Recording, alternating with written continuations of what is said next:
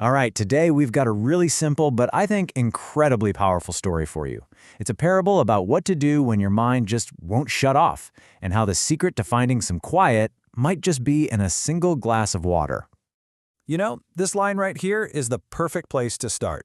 His mind was like a storm. I mean, who hasn't felt that? That feeling of chaos inside your own head. Well, for the guy in our story, this wasn't just a bad day. It was his everyday reality. So let's meet the person who's caught in the middle of this storm and really dig into what he was up against. Okay, so meet Marco. He's only 24, but his inner world is just completely exhausted. His mind is a nonstop parade of thoughts, one after the other, and it's left him feeling constantly on edge and just drained. You see, Marco was basically stuck on this mental pendulum. His mind would swing from one side to the other. On one side, he was replaying old regrets, just stuck in the past. And on the other, he was full of anxiety about what might happen in the future. The one place he could never seem to be was right here in the present. And you know, this wasn't just in his head. This mental storm had real, serious effects on his life. He couldn't feel calm, ever. His sleep was a mess, and maybe the saddest part of all, it had been so long since he'd felt any real joy, he'd actually forgotten how to smile. But Marco just couldn't live like that anymore. He hit a breaking point. And that brings us to the next part of his story, his decision to actually go out and find a solution. So hope shows up in the form of a rumor. He starts hearing stories about this wise old man, someone who used to be a big-shot psychologist, who'd given it all up for a quiet life in the hills.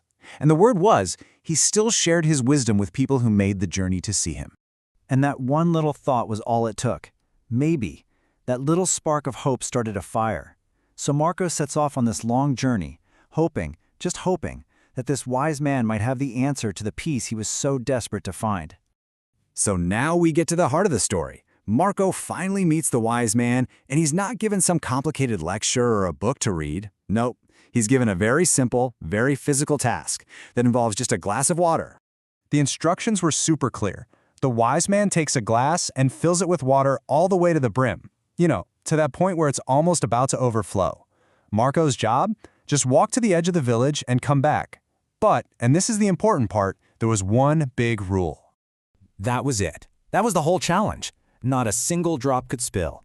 The stakes felt huge, even though it was just water. Marco looked at the glass, took a deep breath, and accepted the challenge. And you have to picture this. The path wasn't some quiet Zen garden walk. It was chaos. It was the main street of the village. You had people rushing around, shopkeepers yelling out to customers, kids were laughing and playing, dogs were barking. I mean, it was a total assault on the senses.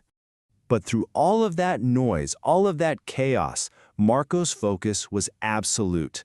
His eyes were glued to that glass of water. He walked slowly, so deliberately, just completely absorbed in what he was doing. And he did it. He got back to the old man, and the water was still right at the brim. Not a drop was spilled. Okay, so Marco thinks he just passed the test of his physical balance, right?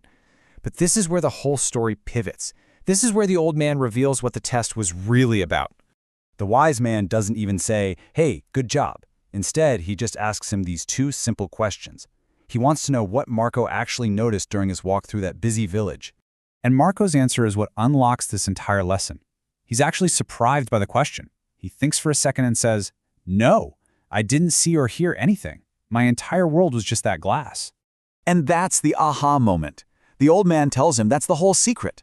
The peace he felt wasn't some magic trick. It was just the natural result of being completely focused. By pouring all of his attention into the glass, his mind was totally anchored in the now. And in that state, there was literally no room for regrets about yesterday or worries about tomorrow. So this is where Marco's little journey becomes a really powerful lesson for our own minds, especially today, with distractions coming at us from every direction. This totally reframes how we think about peace, doesn't it? It's not something out there that we have to go find.